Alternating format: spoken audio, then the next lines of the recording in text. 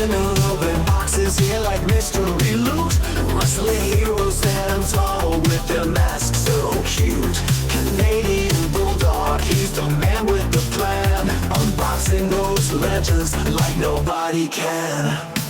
Dusty shows that come alive with every rip and tear. Hulk and Macho Man is a thumper back there. Packaging's popping and the figures unlock. Wrestling memories will run the clock. Bulldogs unboxings, yeah, the treasures unfold.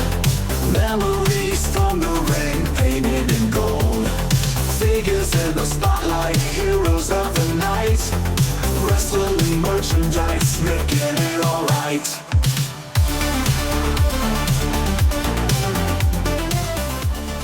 Canadian Bulldog from Wrestling Merchandise and Memories. That's merchandiseandmemories.com, and welcome to another edition of Bulldog's Unboxings.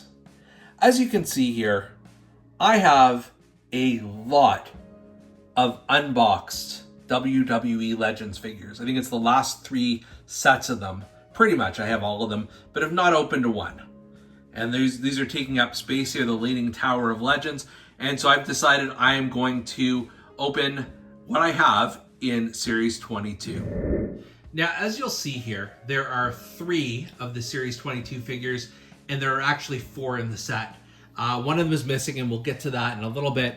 But the WWE Legends figures, which I do love, they are not readily available for the most part in Canada. So I have to cross the border to find a Target in the United States and then sort of bring them back home. So I went looking for these ones. This is, my goodness, must be about 6 months ago now. And I'm recording this in November of 2024. And I could not find the Muhammad Ali figure in my local Targets that I usually check out, which is fine. I'm not a huge, I've got like 400 different Muhammad Ali WWE figures, so I don't know if I needed one more, but there you go. So we're gonna kick off with Hulk Hogan, the Hulkster, and I'm really excited to be opening this one. I will say, in all 3 sets of Legends figures, 22, 23, and 24, there is a Hulk Hogan figure, a different Hulk Hogan figure, but this is definitely the earliest stage of his career, I believe. So let's see what it says on the back here. Prior to Hulkamania running wild all over the world, Hulk Hogan reigned supreme in Japan as Ichiban. The giant powerhouse stepped into the ring against future WWE Hall of Famers like Antonio Inoki, Tatsumi Fujinami, and the Great Muta, showing off his technical prowess that won the respect of the New Japan fans. I'm not sure he fought the Great Muta when he was looking like this, but fair enough. Let's crack open the Hulkster. I think I've mentioned this before when we did Legends 21, but recently these figures have come with these backings with a little stand on the bottom in case you do decide this is how you want to display your figures. It won't be for me, but we'll use it for now. Let's take a look at the base figure here. Damn, this is impressive. Such a different look for the Hulkster, you know, signifying his days in Japan. So he's got this white Japanese t-shirt, and then he's got underneath, see there's black trunks with the Japanese symbol on it. The way he's posed here, he's doing Ichiban #1, which was a very famous, there are several pictures of him looking that way. He's got black knee pads, which is very rare for the Hulkster, and then these like almost like dirty white boots.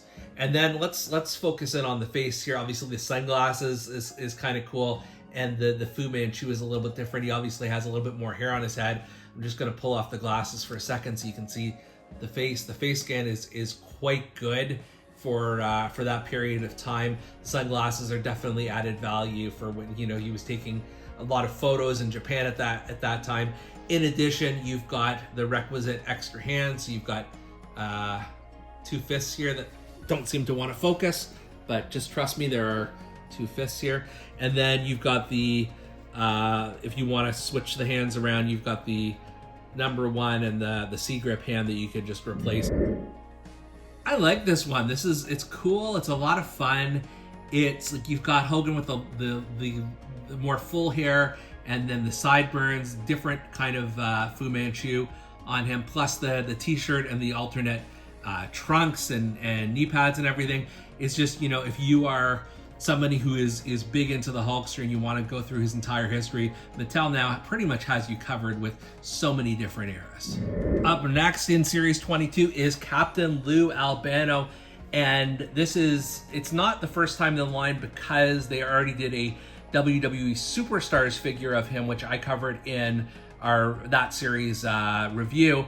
But this is the first sort of full-size, like sort of scales with other Mattel figures, Captain Lou, and I'm very excited to crack it open. On the back here it says he's Captain Lou and he's talking to you. With his gruff look and gruffer voice, the often imitated, never duplicated Captain Lou Albano delivered verbal jabs with rapid-fire ferocity that shook the rubber bands pinned to his face. His undeniable charisma not only won him the hearts of the WWE Universe, but made him a legend in his own mind, and he's welcome to it. All right, let's get open a Captain Lou Albano. Once again, the Captain has a display stand. If you want to choose to display him on that, you're more than welcome to. But let's take a look at this figure. Oh my goodness, I am so excited.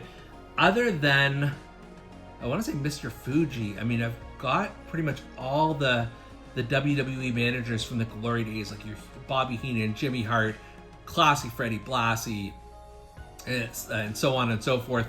But my collection needed a Captain Lou, and what a great render this is. Face scan is incredible. It just shows that cartoonish, confused look on his face. It's got all the rubber bands on his face as we struggle once again to focus in here, including tying up his beard. He's got that amazing Captain Lou shirt underneath, and it is soft goods, and then there's more of a, not a hard goods, but just a rubbery vest around him. So he's got the Captain Lou logo, and then it's larger here on the back. He's pointing to his brain, as he may often do, and then you've got the sort of the pretty standard sort of black pants, and then he's got some Adidas here. You really couldn't ask for much better in a Captain Lou Albano figure. This is perfect, especially if you're into the sort of early 80s to mid 80s wrestling scene. This is a must have. In terms of extras here, so we pop the Captain on this display stand for a second. You'll see that he comes with a gold record, which is very similar to the one, it may be the exact same one actually that was in the Superstars figure. I am not going to open this up. I'm not going to take the plastic apart because these are like puzzle pieces that will never stay back together again. And honestly, I don't have much use for another gold record. And then he's got the alternate hands as well. So if you just want to switch him out and what he's doing, you have that option as well. But like, just let's admire this for the beauty that it is. It's a Captain Lou Albano figure. I'm so glad we've got one in the Mattel, in the WWE Legends collection. And last but not least, in Series 22, other than the Muhammad Ali figure, which I mentioned I don't have, is the Sultan, who's just referred to here as Sultan, as that's his first name, like Stanley or something. Stanley the Sultan. I think this is only... Maybe there was one other Sultan figure that I'm aware of in the Jack specific line way back. So obviously this is going to be much better. This is, of course, Rikishi before he became Rikishi. And then on the back here it says, in August 1996, former WWE adversaries the Iron Sheik and Mr. Bob Backlund revealed to the WWE Universe their newest protege, Sultan. The monstrous powerhouse proved to be unbeatable, leading to a match for the Intercontinental Championship against Rocky Maivia at WrestleMania 13. Although he wasn't unbeatable because he lost to Rocky Maivia at WrestleMania, and even before then, I'm not sure he was super unbeatable. But regardless, let's give him his due here. Let's open up the Sultan. So once again, we've got this Sultan display stand, the thing you probably never knew you needed. And then there's the figure. I am actually very pleasantly surprised with how much work went into this figure. You know, like, considering I don't think a lot of people were dying for a Sultan figure in the first place. Like, they spared no expense here. So let's start with the hat, which is removable. It's a very unique piece. So it has a whole backing here and then just a lot of detail to it, which is, like I said, it's just unusual because you're not going to use this for any other figure, I wouldn't think. But you've got it for the Sultan here, so we pop that back on. and then the face as well. He's got those eyes sort of bulging out. Doesn't literally look like Rikishi unless you're really looking for it. And then he's got the I was gonna say like the COVID mask, the face mask that he had around his head. And I also just noticed too when I took off his hat, he's got a little sprig of hair coming out of the back of this mask, which is unusual. I don't remember that from the Sultan, but I'm sure it's accurate. Of course, the mask does not come off, as he never took that off when he was in the ring. You've got this really cool cape, which has like all kinds of decor around it, from whatever country he was pretending to be from. I don't recall, but that's kind of neat. And then just the detail on the actual singlet itself, and even on his wristbands is really cool. It's on both of the wristbands here. And then he's got a belt around his pants. He's got these sort of two-toned red trunks, and finally he borrowed the boots from the Iron Sheik, painted them red apparently. There's a lot to love about this, and it's just like I said, you don't really think about the Sultan being one of your go-to wrestling figures. A lot of people probably don't remember that he existed, but they've done such a phenomenal job on this. I will say, out of the 3 Legends figures that I've unboxed today, this may be the star of the set. And then as we put him down on his display stand there, we'll just look at he's got the open hands for doing, I guess, a camel clutch. I believe that was his end move.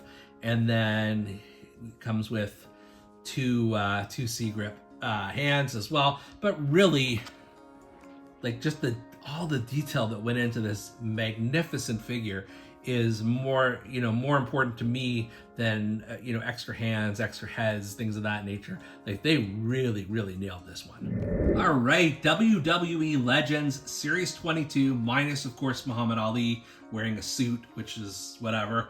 I really enjoy all 3 of these. They're something unique and that we did not have before in Mattel form. Certainly in the case of Sultan and Captain Lou, first time in the line. And then this Hulk Hogan is just such a interesting, unique period of his career that they've never really done before.